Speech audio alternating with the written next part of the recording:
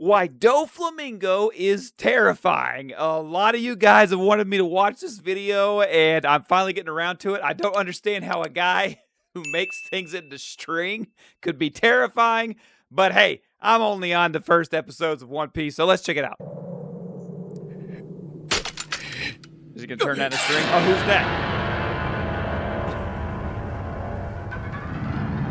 That's a little creepy. What is a One Piece arc without a villain? 'Tis nothing but a grand, empty shell, is what I would say if I didn't believe One Piece could pull off a villainless arc. And honestly, I think they kind of already did that with Fisherman Island, considering everything surrounding that arc. But that's a discussion for another What in the world? day, so I'll keep that in my back pocket. Alright, let's talk about it later. From the get-go, One Piece has had a colourful cast of antagonists, from catboy pirates to an Italian gang leader to anime Eminem to literally the entire world government. They've all been extravagant in their own right, a threat to be reckoned with, eventually What is with that dude's earlobes? crushed and pummeled under the might of Luffy's Gumu Gumu fist. Except for Kaido, of course, because, as we all know, he was killed by Zoro. Some have been more threatening than others, Crocodile's presence in the land of Alabasta still being one of the most daunting for me, especially. I don't think I'll ever forget Luffy hanging from his hook like a dead fish. Overall, One Piece villains are pretty integral to the plot, and at this point we've been through plenty enough to understand the idea of them. So, through all the big bads we've seen throughout the years, why is Doflamingo arguably one of the most interesting and one of the most terrifying antagonists One Piece has ever introduced? I don't know. I don't get it. It's string. Like, go. I want to make a clear statement that I am terribly attached to Doflamingo in a horrible, horrible way. I hate this ugly man. I hate his face. I hate his drip. I hate his entire existence. And I especially hate how fascinating he is to me. I hold a lot of bias for Doffy, mainly due to him being one of the most interesting villains I have ever encountered. And I'm not just talking about the grand scheme of One Piece, but in things I've watched and read overall. And it's not just me. To this day, Doflamingo is still insanely popular. People love this man, whether for better or worse. Wait, but he's a villain, right? They love him, the villain? I guess people love Joker, and stuff, so. And while one of the reasons might be for his goofy walk, James Gunn loves Lex Luthor for some strange reason. there is a lot more to him than meets the eye. But I personally believe him to be one of, if not the most bone-chilling antagonist in this series. Really? There's an extreme madness to Doffy that is wildly unsettling. I guess you have to have the natural progression, because everything I've learned about him, I don't even understand why he's powerful. It's like string? And the more we see of him, Is it cotton, polyester? Like, what kind of string? the more we discover just how disturbing this man truly is. It's why from the get-go, his demeanor, his actions, they all leave a bad taste in your mouth. You want to grab this ugly creature by the head and yell, "What is wrong with you?" I did see something in another video about maybe him, like, being tortured as a kid with his dad or something. What's going on in there? I'm starting to remember. I will throw him aside for now, because before I dive into this huge pink coat of feathers, I'd like to dig into what makes a One Piece villain. I'd like to say more here, but it's honestly pretty simple. There are two main components of a One Piece antagonist. For a franchise that is like, beating Superman essentially in comic sales, I am very curious about this stuff. What they do that Superman did so well for so long that now it's not grasping people the way it did. This is. You know what I'm saying? First one is motivation, and the second one is power. Crocodile's motivation was to take over Alabasta. His power was Baroque Works and his sand fruit. And L's motivation was to destroy Skypiea. His power was his priests and his lightning fruit. Lucci's motivation was to capture Robin and take out the Straw Hats. His power was the world government and his leopard fruit. And so on and so forth. It's pretty cut and dry, and what elevates all these antagonists is Oda's insane character writing. There's one thing missing here some of you might have picked up on, and this is something that One Piece has incorporated in only pretty recently. There's a lack of explanation, a backstory, and L didn't really have one. Lack of backstory? But I saw this thing, I think I mentioned this in another video, about this weird looking bad guy who wears like a bonnet or a diaper or something, And he had this crazy backstory. Crocodile might have one. But the backstories don't come, I think, until later, maybe, and they don't come before. But we have yet to see it. And Lucci got a bit of a flashback. See, that's just it. They may bring that in later. I think that's kind of how they work a little opposite. It was less about his intentions and more about his constant cruel nature. Only pretty recently has the antagonist's backstory been injected into One Piece, with Hody Jones, Big Mom, and Kaido. Judge didn't get one though, fuck that bitch. And while I believe Hody Jones' story was one of pretty exceptional conflict, Doflamingo's was something else entirely. For Doflamingo, we got to watch the conception of a monster. Not only that, the moral debate his life story brings up is one that's hard to find solid ground for. Do you ever see him without sunglasses? Ever? Does it ever happen? Talk to multiple people about Doflamingo and you'll find plenty of them with differing opinions on whether they sympathize or not for this man, and if the reveal of his backstory changed their view on him entirely. Doflamingo's story changed the game. He wasn't just the big bad anymore. He was a textbook full of moral questions and complicated emotions. I say all this, but you probably shouldn't go around genociding kingdoms for your own personal gain. I'm pretty sure that's a big no. Anyway, what I'm getting at here is Doffy's backstory is one of the things that makes him so terrifying. His past has essentially created a villain that the audience can sympathize with. But why is that so bad? Is it wrong to sympathize with the antagonist of a series? I ask this question all the time. And the reason is because with DC, people are starting to get to where they want to see the story of the villain and relate to the villain. Like the Joker movie, right? Was like one of the most popular DC movies that was out for a long time. And like the new Man of Tomorrow Superman movie that'll be coming out, I guess, next year that James Gunn is doing, heavily focuses on Lex just as much as Superman. I'm like, I don't get it. That's not how I am. The bad guys to me are the bad guys. I don't want to know more about the bad guys. I want them to be not bad.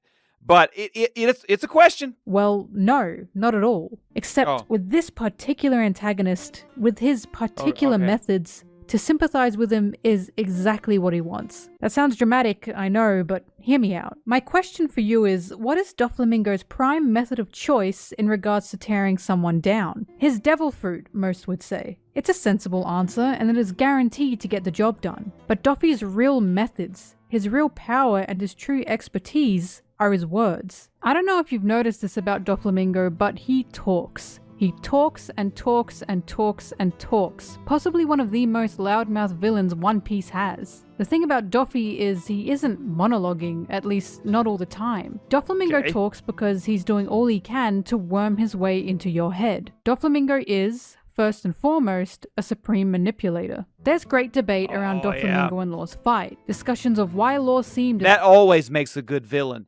And in real life, too. Powerless as he was, considering his fruit is deemed one of the most powerful fruits in the world. And by all means, Law could have done a lot more against Doffy, had countless options he either didn't consider or didn't execute. My answer to Law's sudden nerf states, and one of the main reasons Doflamingo scares me overall is, have you seen how Doflamingo talks to Law? No. Doffy is persistent in calling Law names. He calls him a brat, a kid, and a squirt. He constantly talks down to him. He speaks to him as if Law was still 10 years old, the age he was on the day they met. And in doing so, drives right into a weak spot in Law's mental state. Doflamingo is pushing the idea that Law is powerless against him, that Law is still the same kid, his kid that he'd nurtured and trained. He talks to Law as if everything he's doing is some childish outburst, as if Law's an ungrateful brat and he's the good guy that's done everything for Law. And it fucking works. Law is clearly scared to his bones in front of Doflamingo. This man is not just an antagonist, but a previous mentor. Law fully admired Doffy, possibly even believed they loved each other as a family, when in reality, this was all Doflamingo grooming Law into being completely obedient to his will. Okay, we are, almost halfway in here. I'm not seeing it yet.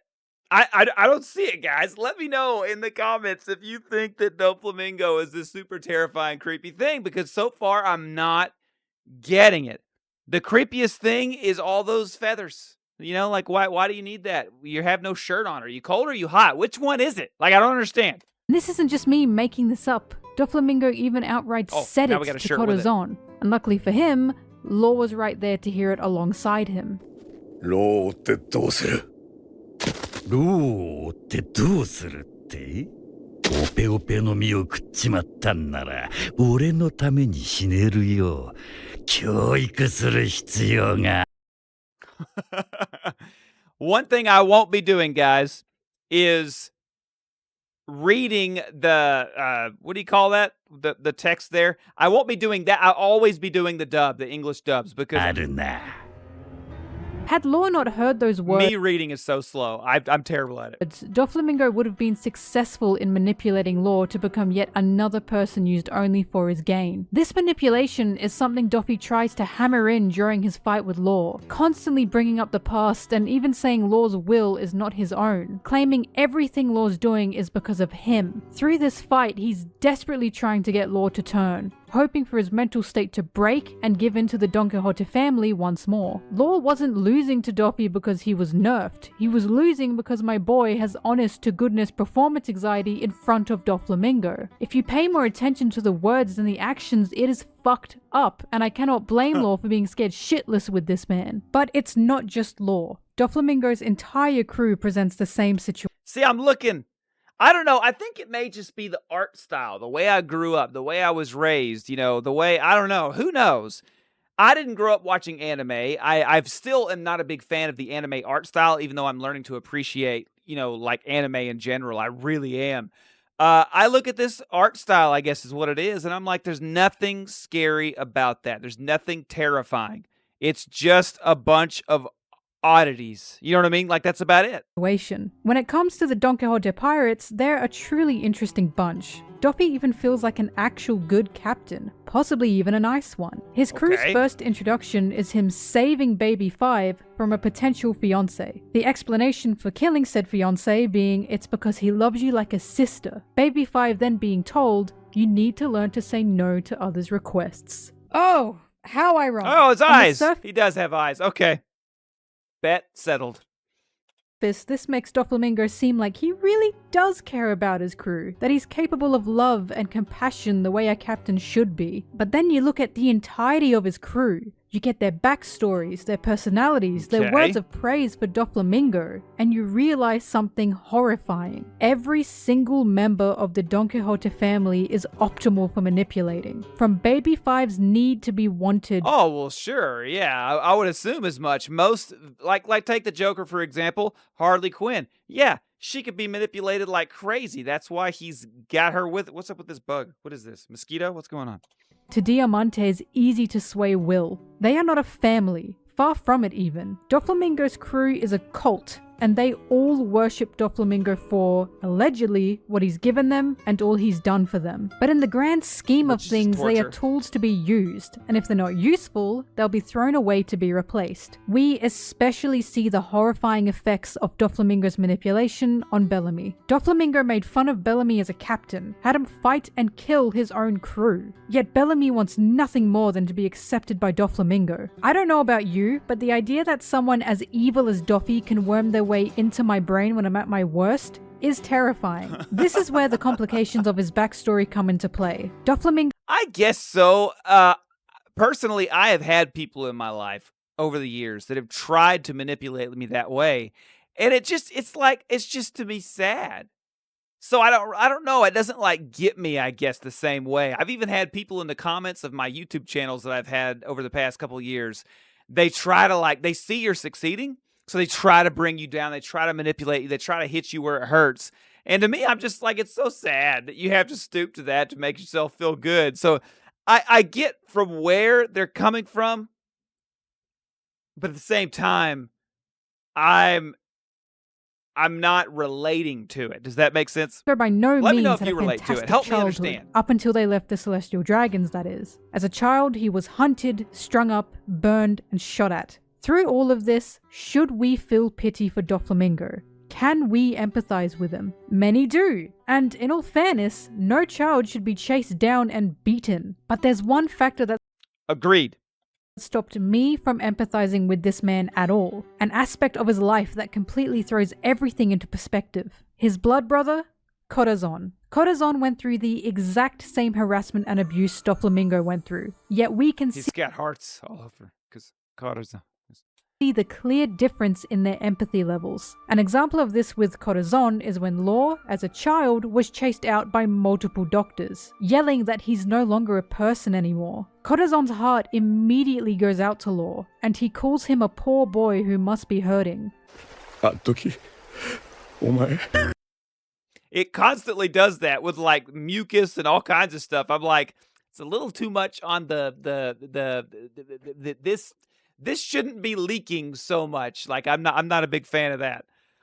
I froze something. No, it didn't. An example of this with Doffy is when Law explains that he's been through the fires of Flevance. But instead of showing any compassion, Doffy simply hasn't proved his worth to the Donquixote family. And the best we get from Doflamingo is telling Law he has the same hatred in his eyes. Essentially telling Law, you're just like me for real.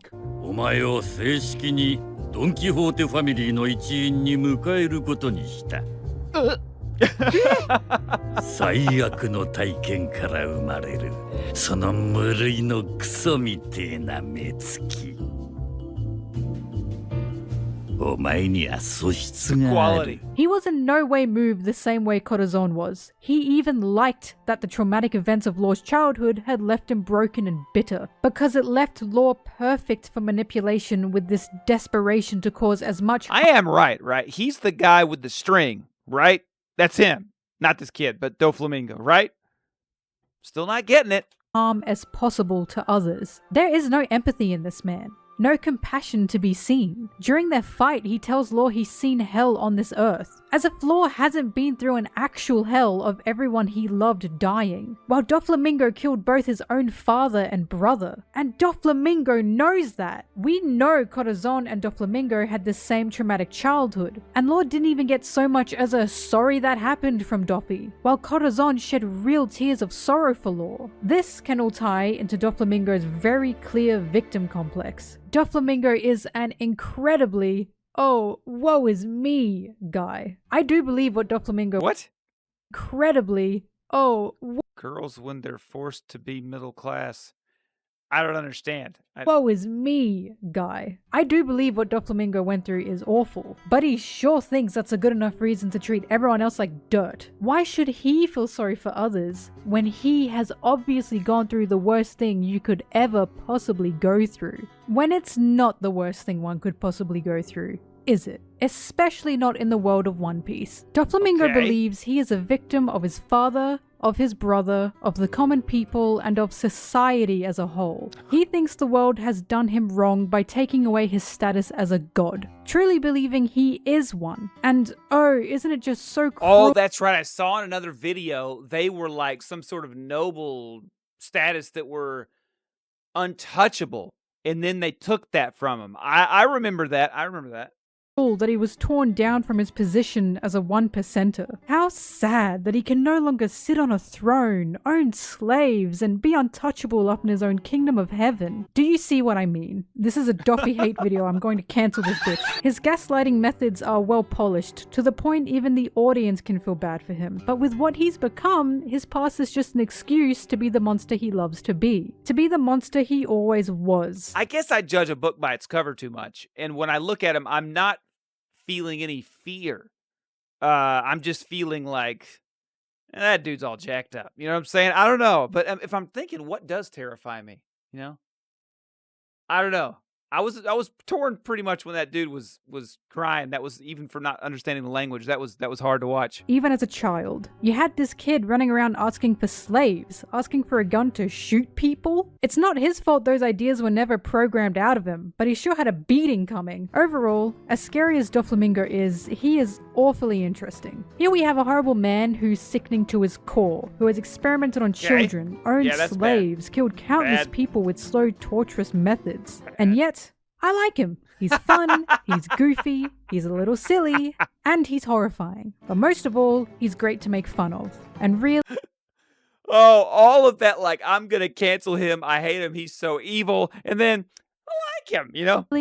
That's what matters the most. His ways of manipulation also coincide perfectly with his fruit, the literal puppeteer fruit, and everything ties into Doflamingo being nothing more than a master schemer. He set up a— Puppeteer fruit? Because of the string? system around him of Do I have that right? Is it the string? complete obedience, to the point he can lead anyone in or around the Donquixote family by a hair. A villain who can take your free will from right under you, who can indoctrinate you into being nothing but a cog in the machine, and has the power to break you both in body and soul. All right. Now that is a terrifying man. Okay, that last little line there, that describes it better, and this is probably the best picture to put with that, because that does look a little bit scarier. And thank you for watching. Doflamingo lives in my head rent-free, so I really wanted to make a video on him, and if anyone has anything they'd like to hear me mansplain with a video essay, let me know. I'm also hoping to talk about Law and Corazon at some point, since they're both such interesting characters, so keep your eye out for that. I'll hopefully see you in whatever I make next. See ya! Very nice, very nice. That was an interesting one, guys. I have had a lot of you ask me to check out this video and videos related to Doflamingo. If you have different ones you want me to see that you think might describe something differently to me, let me know in the comments. Remember, guys, like Superman, live humbly, do good.